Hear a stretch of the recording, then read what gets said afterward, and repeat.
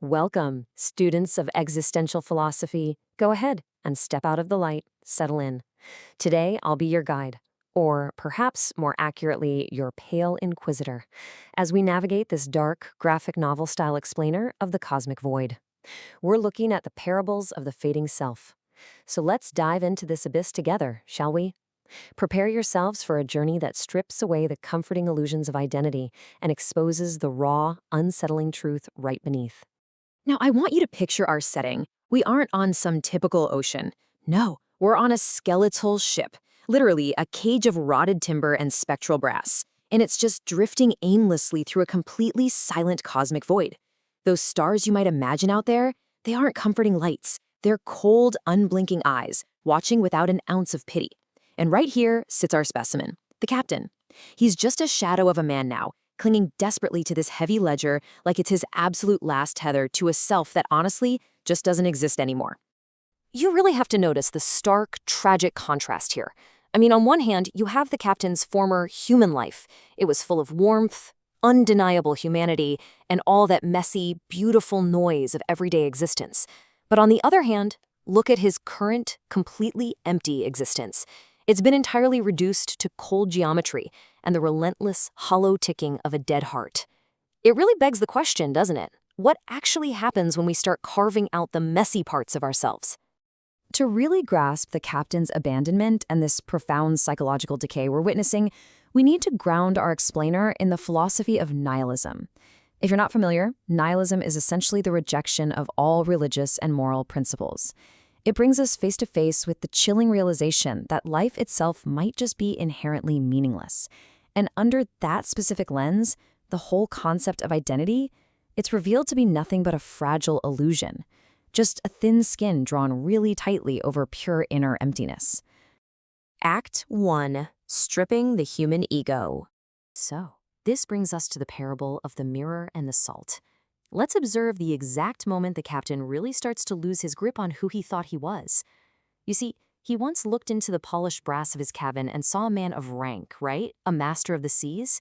But I, standing over in the corner like a column of frozen smoke, just breathed upon his reflection. "You are not the coat or the command," I whispered. I essentially peeled back the thin skin of his manufactured identity, forcing him to look right past those shiny brass buttons and that authoritative title, down into the gaping void beneath. And then, one by one, his cherished memories were simply taken.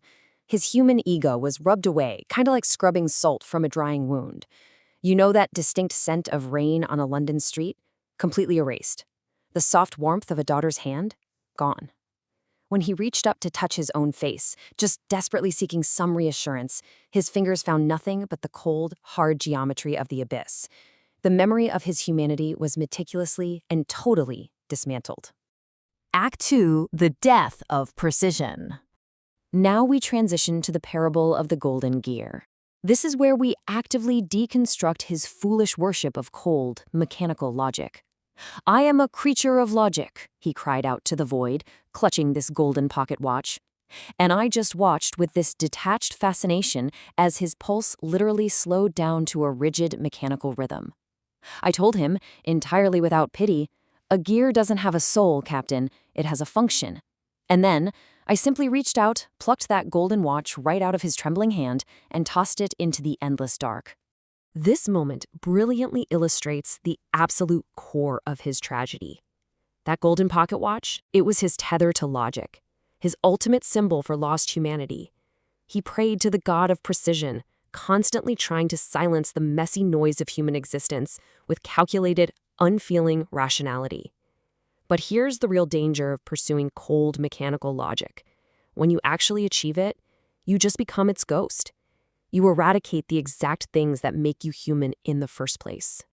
I want you to consider this chilling reality for a second. Now that his humanity is totally gone, there is nothing left but the ticking of a dead heart.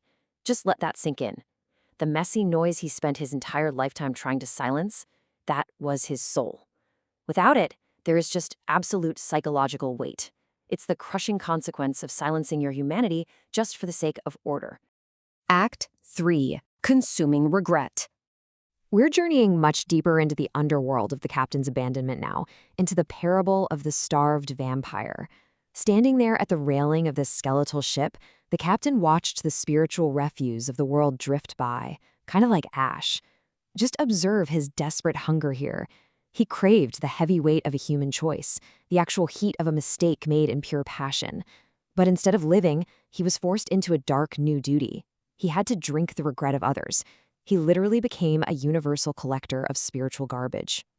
I stood right behind him, acting as the monastic warden of his hunger. I had to tell him his new reality.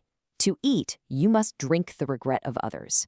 But remember, every sip of their sorrow drowns a piece of your own name. And well, he drank.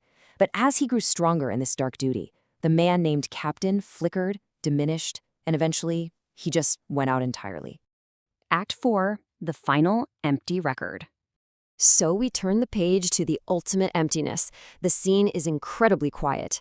The ledger lies open on the desk, its pages feeling as heavy as leaden tombstones. He took up his pen for the very final time, and he didn't write about cargo, he didn't log any coordinates. Instead, he wrote just this single sentence: "I am the lighthouse that found nothing but the dark." This was the final sediment of his soul. His cherished zenith of rationality, his great tower of logic, was finally revealed to be nothing more than a high cliff from which he had ultimately and fatally fallen. The anatomy of his decay is really clear when we map it out step by step like this. First, we have the loss of memory via the salt. Second, the loss of emotion via that discarded gear. Third, the consumption of regret out in the void. And finally, total emptiness. What we're looking at is the anatomical chart of psychological decay. It's the step-by-step unmaking of a human being. Lessons from the void, a mirror to life. Let's break away from observing our specimen for a moment, because it's time to bridge this dark narrative directly to the existential choices you are making in your own life.